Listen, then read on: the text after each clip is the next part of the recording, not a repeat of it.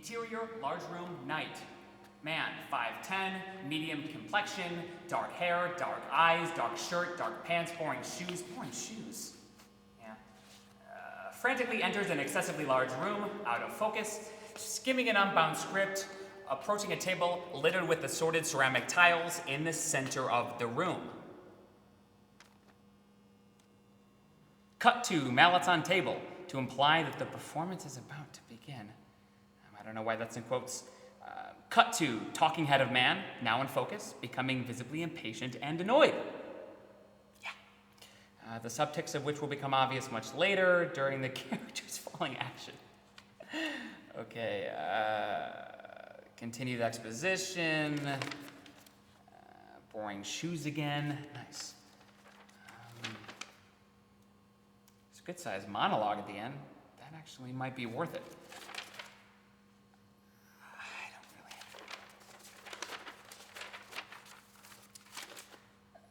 After irresponsibly skipping ahead 3 pages, man places script on music stand, picks up mallets, and begins to play.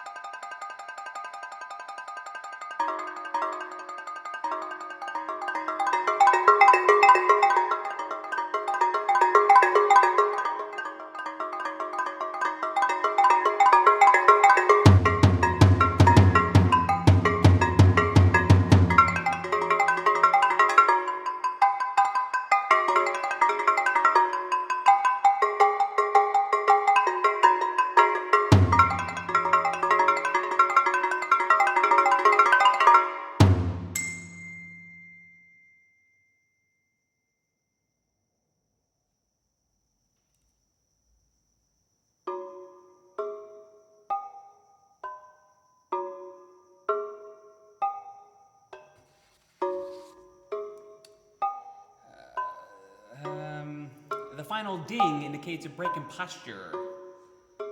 The music is technical, hectic, brash, assertive, indulgent, tense, anxious, guilty, distracted, and defensive. Not unlike the man.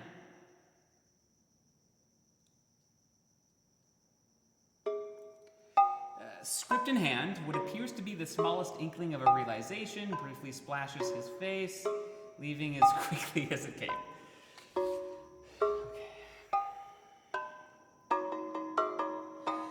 The playing continues, this time much gentler, yet so busy with movement, yada yada yada. Like the choreography of dusting, alternate. Like sponge washing wind chimes, alternate. Like hand-picking porcelain mushrooms, alt. Like shuffling cards, alt. Like finishing a puzzle, alt. Like chess with twigs, alt. Like amplified mouse tracks, alt. Like waiting for the bus, like reaching for a tempo, like tracing intent, like letting it go. Okay, I think that gives me plenty of options. Thank you. Thanks.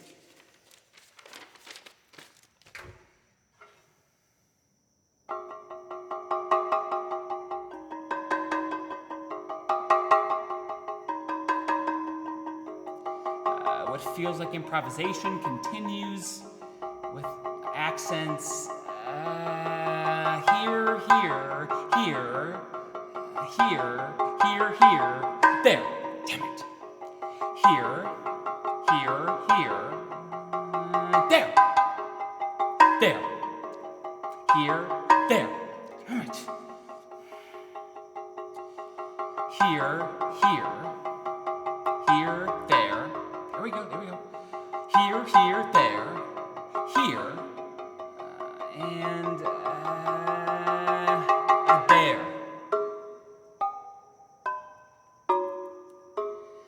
As the man continues towards the monologue, which is beginning to feel like it's never going to happen, by the way,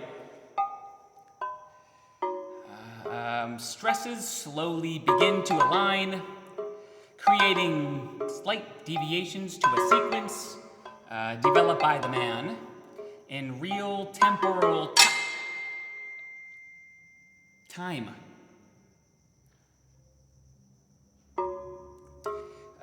As a last-ditch effort to finally absorb what he is reading, what is there to absorb?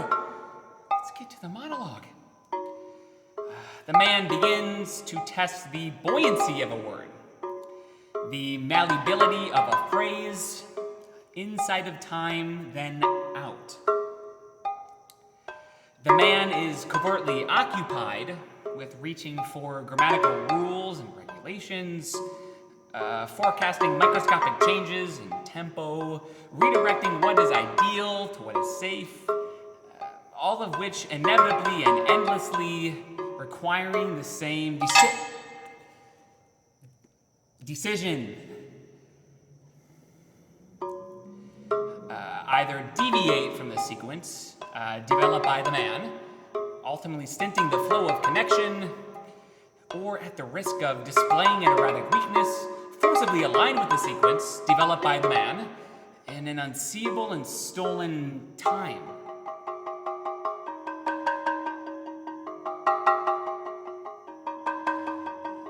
Again with accents here, here, here, here, here, there, here, here, there, here, there, there, here, here, there, here,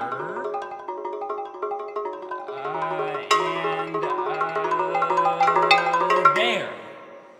Now in perfect alignment, man, 5'10", medium complexion, dark hair, dark eyes, dark shirt, dark pants, boring shoes. Okay, that's enough. Frantically arrives at the long-awaited monologue, puts down his mallet, finds his light, hits his mark, clicks his goddamn heels, looks directly down the barrel of the lens and says, shit, what's my line?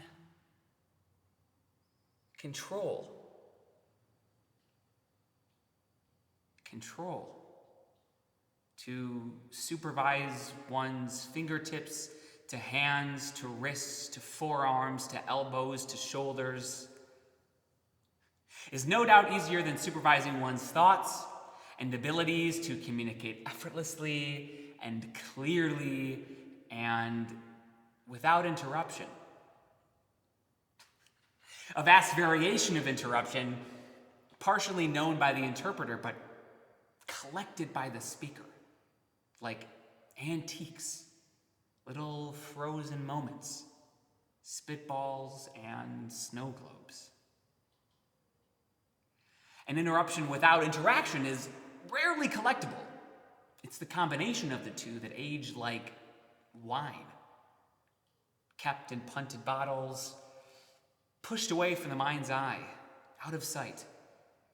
Occasionally released from the shelf for a sniff, a powerful inhale, a dark recollection.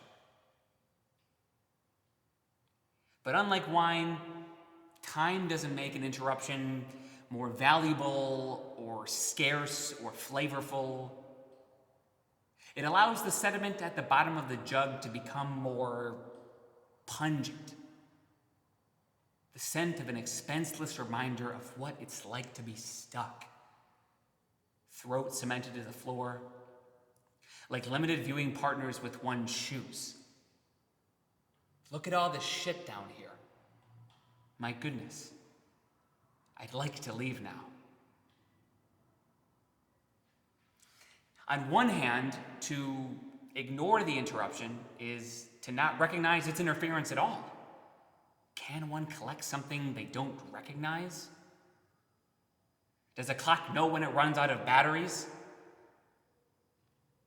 But to concentrate on the interruption is to leave the interaction entirely. A complete fixation of the squeeze to the finish line. Why collect something that has already consumed the interaction? Molded over from the inside out. That divide between the inner and the outer voice is as thin and as fragile and as taut as fishing line. To many, they are the same, but a collector knows the difference. Does the inner voice stutter? No. Then what the hell is the outer voice? The outer voice is good at waiting for the bus. The outer voice is good at reaching for a tempo. The outer voice is good at tracing intent. Sometimes. Some of the time.